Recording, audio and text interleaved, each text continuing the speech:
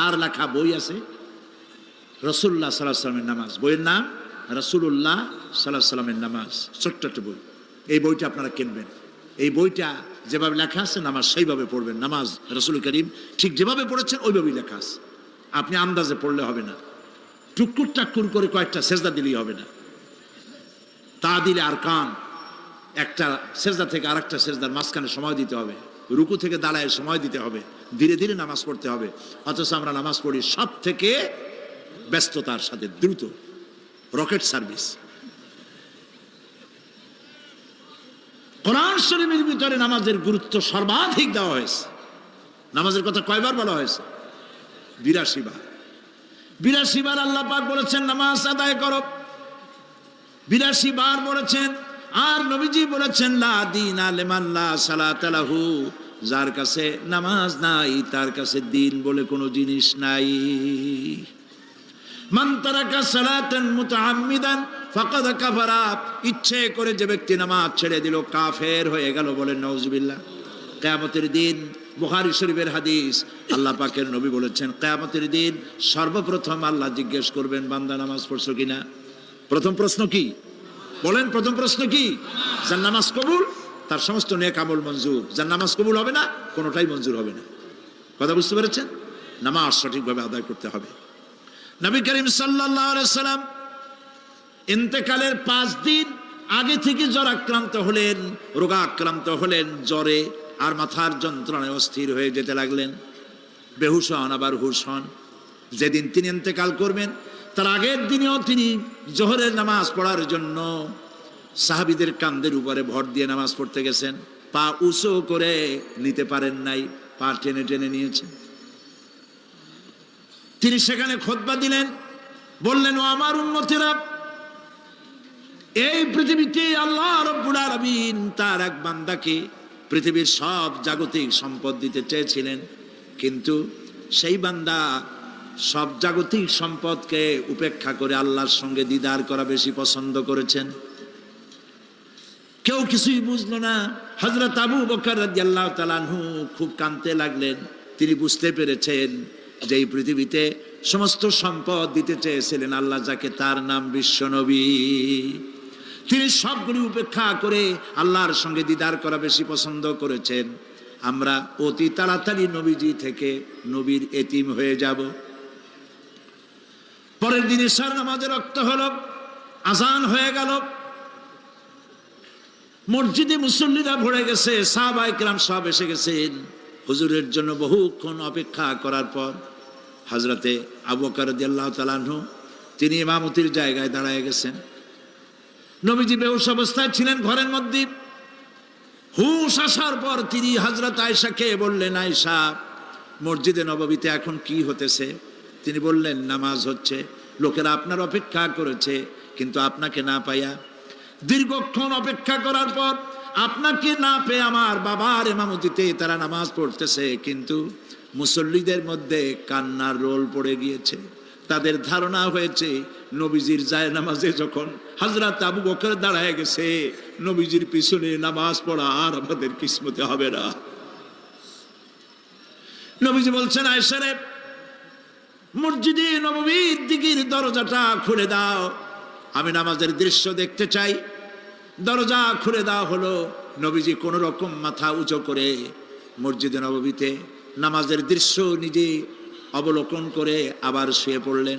হযরত আয়েশা লক্ষ্য করে দেখেন নবীজির চোখের পানি দিয়ে কোনা দিয়া পানি বেয়ে বেয়ে পড়ছে।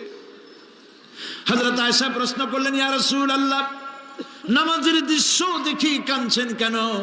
হুজুর বলেন, আয়েশা রে, এটা কোনো দুঃখের পানি নয়, আমি কাঁদতেছি এই জন্যে, এই নামাজের জামাত কায়েমের জন্য তায়েফের ময়দানে অনেক রক্ত ঝরেছে, আবার উহুদের ময়দানে দান দান শহীদ হয়েছে, সাহাবায়ে কেরাম জীবন দিয়েছে। আজ আমি দেখতে পেলাম আমার উম্মতেরা জামাতে নামাজ পড়ছে। আমার ধারণা হলো ভবিষ্যতে কিয়ামত পর্যন্ত আমার উম্মতেরা এইভাবে জামাত বন্দী হয়ে নামাজ আদায় করবে। নবীজি আবার বেহুশ হয়ে পড়লেন। মসজিদে নববী থেকে আজ আর কেউ বাড়ি যায় না, সবাই কান্দে। আজ রাত বোধহয় নবীজি কাটাবেন না। মেয়েরা কাঁদতেছে, সাহাবায়ে কেরাম কাঁদতেছেন। আজওয়াজে মুতাহারাত তারা কাঁদতেছেন। নবীজির আবার হুঁশ হলো, তাকায় দেখেন ঘরের মধ্যে কান্নাকাটি, মসজিদে নববীতে কান্নাকাটি। সব থেকে বেশি কাঁদতেছেন মা ফাতেমা। নবীজি হযরত ফাতেমার কান্না দেখে ইশারা করলেন, কাছে আয়।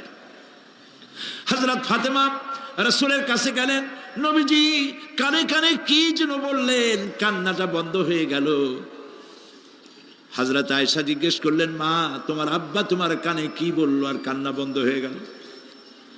হযরত ফাতেমা বলে, আম্মাজি আমার আব্বা আমাকে বললেন, মা ফাতিমা তোমার কান্না আমার বরদাস্ত হয় না, কেঁদো না।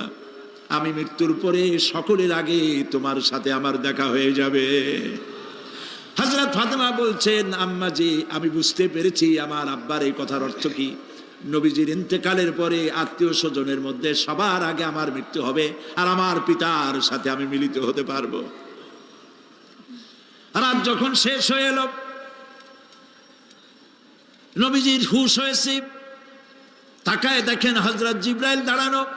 হযরত জিবরাইল নবীজির চেহারা মোবারকের দিকে তাকায় বলেন, আসসালামু আলাইকা ইয়া রাসূলুল্লাহ। আল্লাহ আপনাকে সালাম বলেছেন, আর আল্লাহ পাক জানতে চেয়েছেন আপনার মুখে আপনি কেমন আছেন। আল্লাহ জানেন আপনার অবস্থা কি, তারপরেও আপনার মুখে শুনতে চেয়েছেন আপনি কেমন আছেন। নবীজি বলছেন, জিবরাইল বড় কষ্টে আছি, বড়ই যন্ত্রণা, বড়ই কষ্ট। হযরত জিবরাইল বলছেন, ইয়া রাসূলুল্লাহ আজকে এক নতুন ফেরেশতা আমি সাথে করে নিয়ে এসেছি। এই ফেরেশতা পৃথিবীর কোন নবী অথবা কোন মানুষের কাছে যাওয়ার জন্য অনুমতি চায় না, আজ আপনার কাছে অনুমতি ভিক্ষা চায় কাছে আসার জন্য। ওই ফেরেশতার নাম হচ্ছে মালাকুল মউত।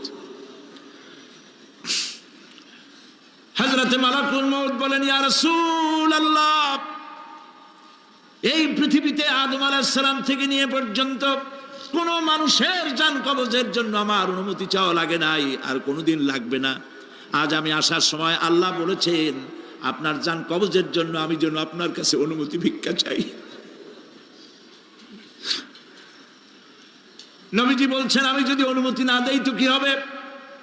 হযরত মালাকুল মউত বলছেন, ইয়া রাসূলুল্লাহ অনুমতি যদি না দেন আমি ফেরত চলে যাব, আমাকে সেভাবেই বলা হয়েছে। হযরত জিবরাইল বলেন, ইয়া রাসূলুল্লাহ আল্লাহ রাব্বুল আলামিন আপনার দিদারের ইন্তজার করতেছে।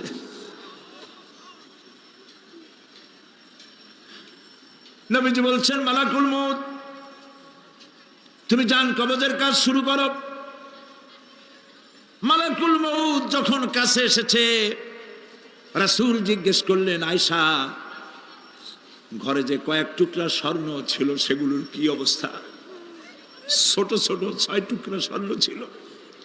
হযরত আয়েশা বলছেন, হুজুর আমি এগুলো রেখে দিছি। হুজুর বলছেন, না রাখতে পারবে না, আমার ইন্তেকালের আগে খয়রাত করে দাও। মুহাম্মদ সাল্লাল্লাহু আলাইহি ওয়াসাল্লাম আল্লাহর কাছে অবস্থায় উঠবে না যে তার ঘরের ভিতরে সোনা ছিল, দিয়ে দাও, খয়রাত করে দিয়ে দাও। হযরত মালাকুল মউত রাসূলের জান কবজ শুরু করে দিলেন। রাসূলুল্লাহ